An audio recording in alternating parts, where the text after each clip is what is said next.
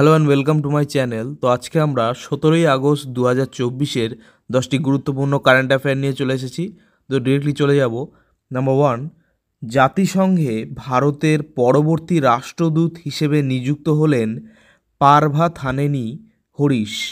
Next, number 2, সম্প্রতি ভারত ও Malaysia এয়ারফোর্সের মধ্যে পরিচালিত দ্বিপাক্ষিক বিমান মহড়ার নাম উদারা শক্তি 2024।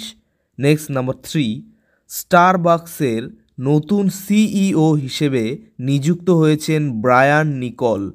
Next, number 4, Jiyo Parsi scheme portal চালু করেছেন কেন্দ্রীয় মন্ত্রী Kiren Rijiju.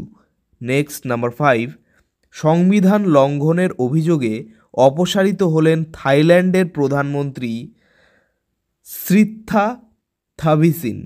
Next, number 6, net zero carbon emission এয়ারপোর্টের মর্যাদা পাওয়া ভারতের প্রথম বিমানবন্দর হল দিল্লির ইন্দিরা গান্ধী আন্তর্জাতিক বিমানবন্দর।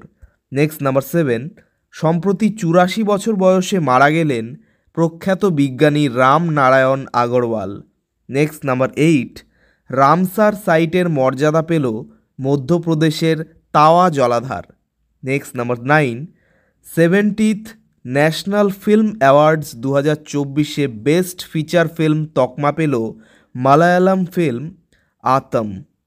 নেক্সট, নাম্বার 10, মাঙ্কি পক্সকে গ্লোবাল পাবলিক হেলথ এমার্জেন্সি হিসেবে ঘোষণা করেছে বিশ্ব স্বাস্থ্য সংস্থা বা WHO বা ওয়ার্ল্ড হেলথ অর্গানাইজেশন।